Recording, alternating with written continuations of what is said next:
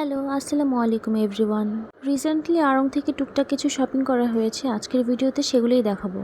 প্রথমেই দেখিয়ে দিচ্ছি এই কোস্টারটা।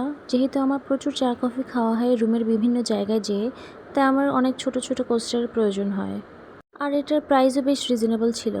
তারপর একটা কাপ সেট দেখে চোখ ফেরাতে পারিনি, তারপর সেটাও নিয়ে আসলাম।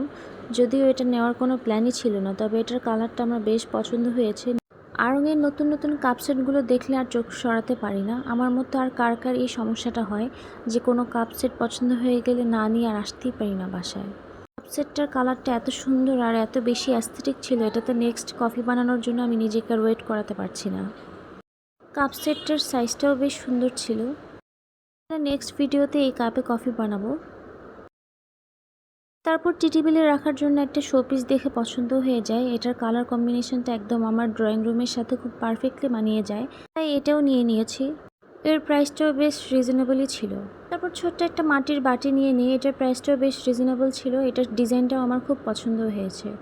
এটাতে আমি কোনো হেয়ার প্যাক বা হেয়ার অয়েল মিক্স করার জন্যই মেনলি নিয়েছি। আমার মিনি এই আড়ং শপিং হল ভিডিওটি কেমন লেগেছে অবশ্যই কমেন্ট করে জানাবেন। আর আমার পেজে নতুন হয়ে থাকলে ফলো করতে ভুলবেন না। আর ভিডিওটি যদি ইউটিউব চ্যানেল থেকে দেখে থাকেন তাহলে অবশ্যই আমার চ্যানেলে সাবস্ক্রাইব করতে ভুলবেন না। আড়ং থেকে বের হয়ে বেস্ট বাইতে গিয়েছিলাম, তারপর এই মগটা দেখে পছন্দ হয়ে যায়। এটার প্রাইসটাও বেশ রিজনেবল ছিল, তাই এটাও নিয়ে নিয়েছি। আজকের মতো এখানেই বিদায় নিচ্ছি। আল্লাহ হাফেজ।